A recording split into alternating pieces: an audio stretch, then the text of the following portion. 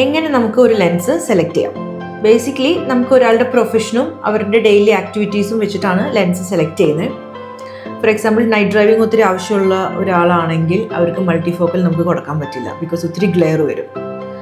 തിരിച്ചൊരു house wife രാത്രിയൊന്നും അധികം പുറത്തേക്ക് പോകേണ്ട ആവശ്യമില്ല, ഡെയിലി ലൈഫിൻ്റെ ആക്ടിവിറ്റീസ് ആണ് ചെയ്യുന്നതെന്നുണ്ടെങ്കിൽ അവർക്ക് മൾട്ടിഫോക്കൽ വളരെ നല്ലതായിരിക്കും. കാരണം ഗ്ലാസസ് യൂസ് ചെയ്യേണ്ട എല്ലാ വിഷനും അതിൽ കിട്ടും.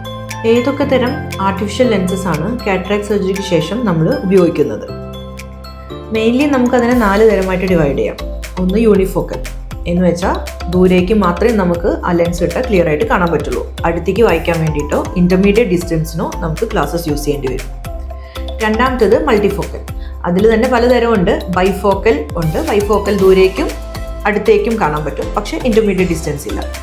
ട്രൈഫോക്കൽ ലെൻസസിൽ ഡിസ്റ്റൻ്റ് ഉണ്ട്, ഇൻ്റർമീഡിയറ്റ് ഉണ്ട്, നിയർ ഉണ്ട്. മൂന്നാമത്തെ തരം ലെൻസാണ് ഇഡ് ഓഫ് ലെൻസസ്, അതായത് എക്സ്റ്റെൻഡഡ് ഡെപ്ത് ഓഫ് ഫോക്കസ്.